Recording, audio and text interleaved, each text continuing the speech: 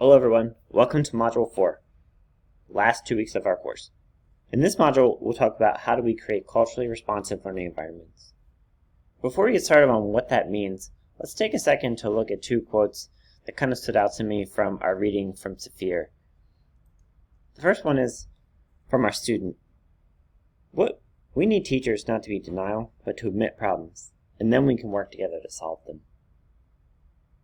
The second one from a teacher. You actually have to be excited about what your students think.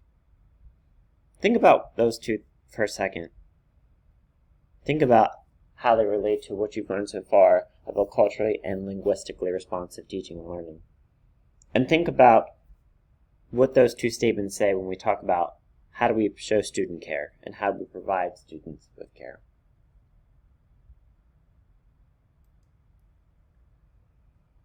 When I think about student care, in relation to the readings that you'll see in this module, there's three things that stand out to me, or three big questions that keep playing in my mind.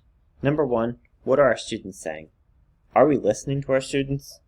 Are we listening not just to what their words, but also their body language, their behaviors? Are we using that street level data that Saphir talked to us about in Module 1, looking at their classroom data and their classroom assignments? Also, are we building structures so that we can hear them? And can we dig deeper into their intellectual needs? Or are we just expecting them to listen to us in our adult-centered worlds?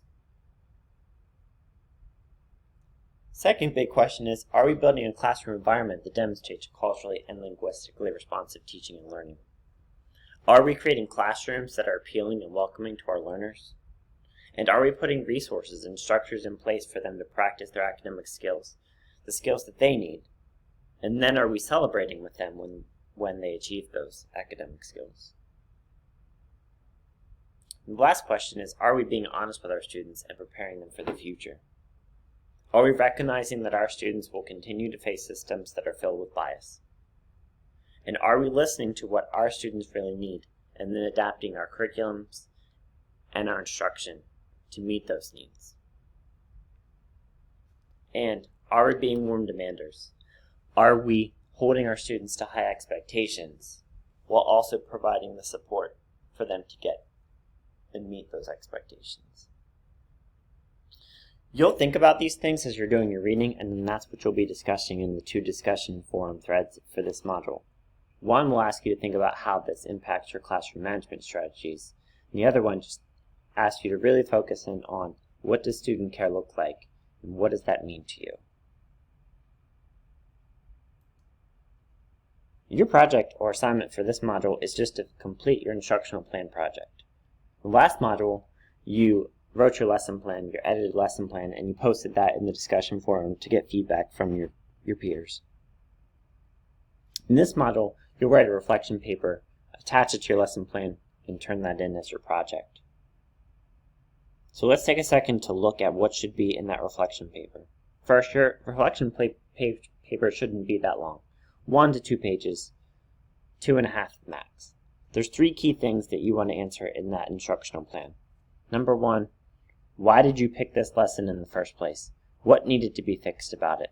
This would be the introduction and analysis part of the scoring rubric. Second, how did you fix this lesson plan?